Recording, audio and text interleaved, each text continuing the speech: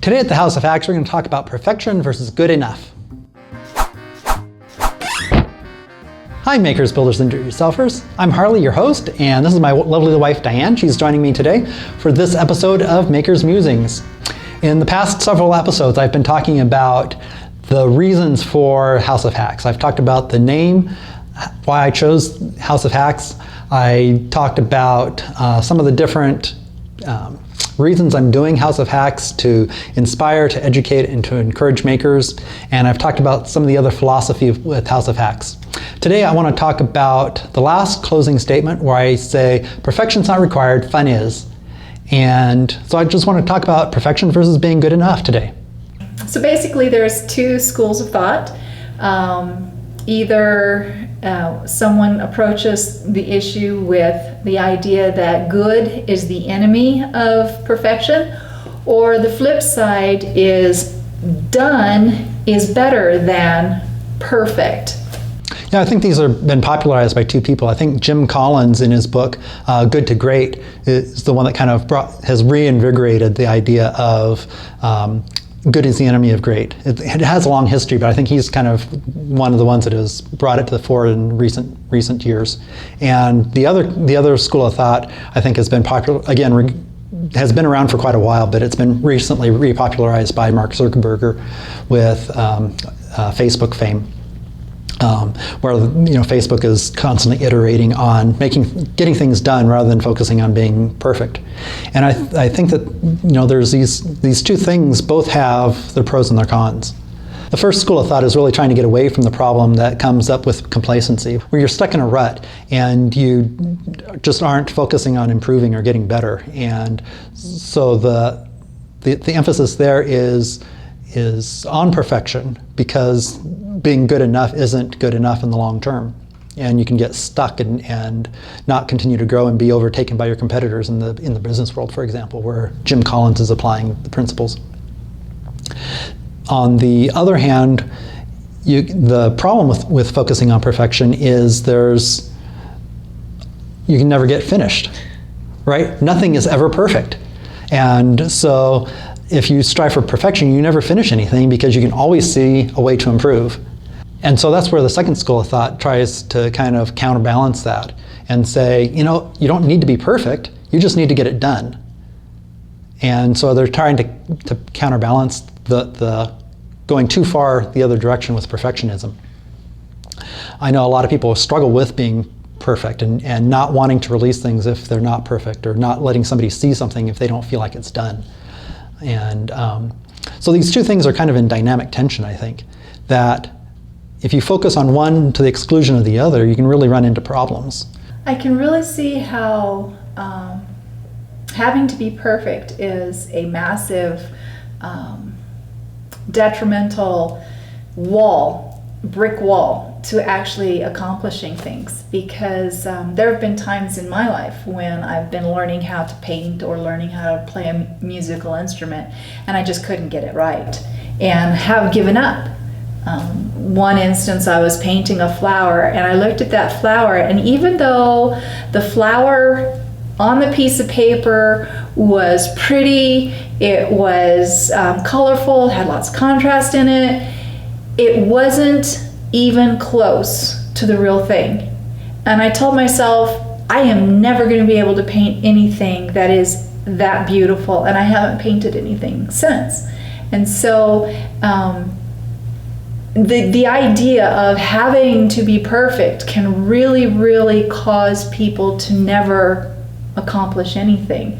But on the flip side of that, I've also experienced the idea that having to get something done just so that it is completely finished has been frustrating to me, because from my perspective, if I'm doing something, if I'm being creative for somebody else's benefit, I want my creativity to bless them.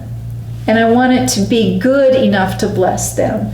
And that tension that I have between having to be perfect and having to be good enough to bless somebody, I find balance when I let go of having to be perfect and having to be done, and just say, have I done my best? Yeah, I think it's important to realize that we're on a journey, and because we're on a journey, we're never going to be perfect, because there's always something new to learn, to improve, and to get better at. And so I think remembering that things are always in process, both us and our abilities, is a way to realize that we never really can be perfect. One thing I heard somebody mention, I don't remember where it was. They mentioned to release something as an alpha product. So you're kind of setting an expectation that, hey, this thing's not really finished yet. It's a work in progress. It was somebody talking about some music and music that they were in the process of developing, and they wanted their listeners to be able to hear it, but they knew that they weren't finished with it. It wasn't in its final release. And I really like that, where you can let people see it, let people experience it, and yet set the expectation with them that, hey, it's not done yet.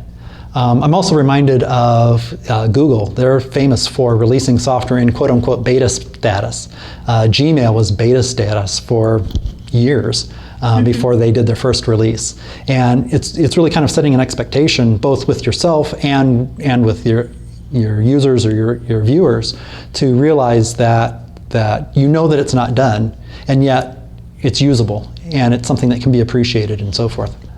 Another issue that can kind of come up with thinking about perfection, that I just ran into a video from Roberto Blake, and I'll leave a link to this down in the description, where he talks about, in your strive for perfection, you may miss the fact that there's different ways to measure perfection.